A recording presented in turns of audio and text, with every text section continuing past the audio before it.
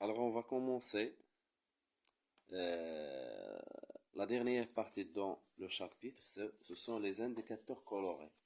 Les indicateurs colorés. Alors, un indicateur coloré, alors il y a plein de choses à comprendre. Un indicateur coloré ou bien acido-basique est un couple acide-base noté HIND slash IND- dans la forme acide et en solution aqueuse possède une teinte différente de celle de la forme basique. Voilà l'indicateur coloré acido-basique. Alors, il est caractérisé par le couple HIND slash IND-. Alors, bien sûr, il est caractérisé par le fait que sa teinte, c'est-à-dire la couleur de cette est différente à celle de IND- en solution aqueuse. Alors, écrire l'équation de HIND avec l'eau, normalement HIND plus H2O, il donne quoi? IND- plus H3O plus. Voilà l'équation de la réaction, bien sûr, H3O plus. Alors, vérifiez que on a fait plusieurs fois, mais je vais la reprendre pour que vous puissiez l'apprendre.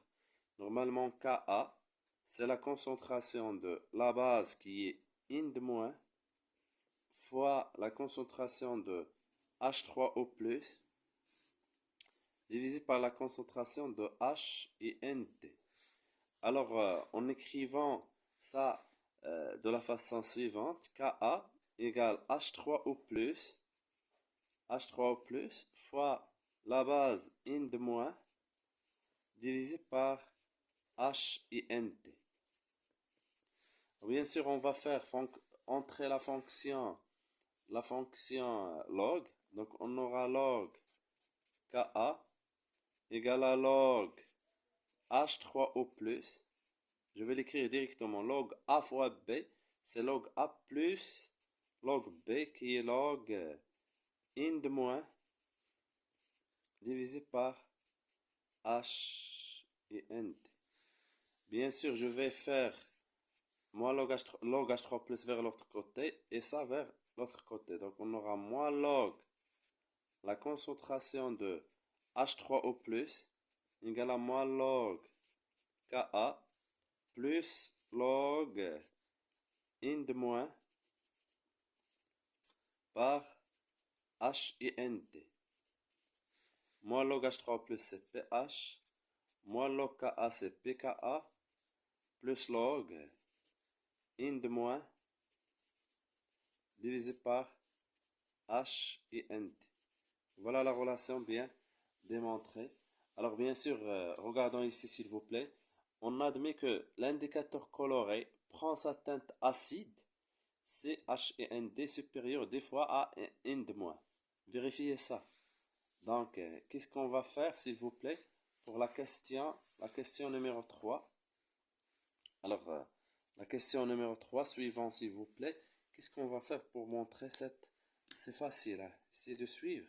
On va se reposer sur ça, cette expression. Bien sûr, regardons ici, je vais faire passer ce pH vers l'autre, ce pKa vers l'autre côté. On aura pH moins pKa égale à quoi? Log IND- divisé par H et NT. C'est bon. Alors pour éliminer log, je vais faire entrer la fonction 10 à la puissance. Donc 10 à la puissance pH moins pKa égale, on va éliminer ça, on aura IND- divisé par H et NT. Voilà, grosso modo, l'expression. Alors maintenant, donc on a H et ND supérieurs des fois. Là, pour que H et ND prédominent, il va être supérieur des fois à IND-. C'est bon. Donc, c'est facile. Donc, qu'est-ce qu'on va faire, s'il vous plaît? Donc, je vais diviser par IND-. Donc, on aura H INT divisé par in de moins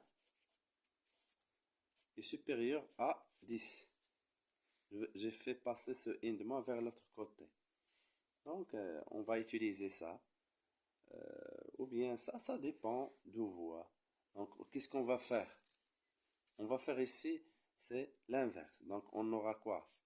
Inversé. Donc, on aura in de moins divisé par h int. Il va être inférieur à quoi? Ça, on va inverser le signe. Donc, inférieur à 1 sur 10. Donc, ce qui est égal à, comme ça, on a 10 à la puissance 1. Donc, c'est 10 moins 1. C'est clair. Donc, je vais faire entrer la fonction log. Donc, ici, on aura log in de moins divisé par h int inférieur à log 10 moins 1. Et ce 10 moins 1, c'est moins 1. Log, il va éliminer 10, on aura moins 1. Donc, regardons log, c'est pH moins pKa. Donc, on aura pH moins pKa est inférieur à 1. C'est bon? Donc, je vais faire passer le pKa vers l'autre. On aura pH inférieur à pKa. Bien sûr, ici, c'est moins 1. Moins 1. Et voilà l'expression. Eh bien, démontré. Donc, passons à l'autre. Qu'est-ce qu'il nous a demandé? Si in de moins est supérieur à 10 int, vérifiez ça. Bien sûr, ici, il y a un plus 1 ici. Donc, qu'est-ce qu'on va faire? On a in de moins, il est comment? Il est supérieur à 10 int, h int, indicateur. Donc, je vais diviser par h int, on aura int moins divisé par h int est supérieur à 10. Et je vais faire entrer la fonction log. Donc log int moins divisé par h int, il est supérieur à log 10. Normalement 10, c'est comme 10 à la puissance 1 qui est égal à 1. Et ça égale à quoi? C'est pH moins pKa. Log, regardons. Regarde. On a pH moins pKa, c'est log ça. On vient de démontrer. Supérieur à 1. On fait passer ce pKa vers l'autre. Donc on aura pH, il est supérieur à pKa plus 1. Donc, la teinte acide est prédominante, c'est pH est inférieur à pKa moins 1. Et la teinte basique est prédominante, c'est-à-dire la forme, pardon, c'est la forme basique et prédominante, c'est pH est supérieur à pKa plus 1.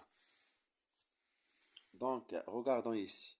La teinte sensible pour l'intervalle, c'est une teinte sensible pour l'intervalle pH comprise entre pKa-1 et pKa plus 1, nommée zone de virage, dans laquelle les concentrations des deux espèces chimiques, que ce soit l'acide et la base, sont du même ordre de grandeur. Alors la solution prend une couleur intermédiaire, porte le nom de la teinte sensible, de l'indicateur coloré. Complétez le diagramme. Alors regardons le diagramme s'il vous plaît.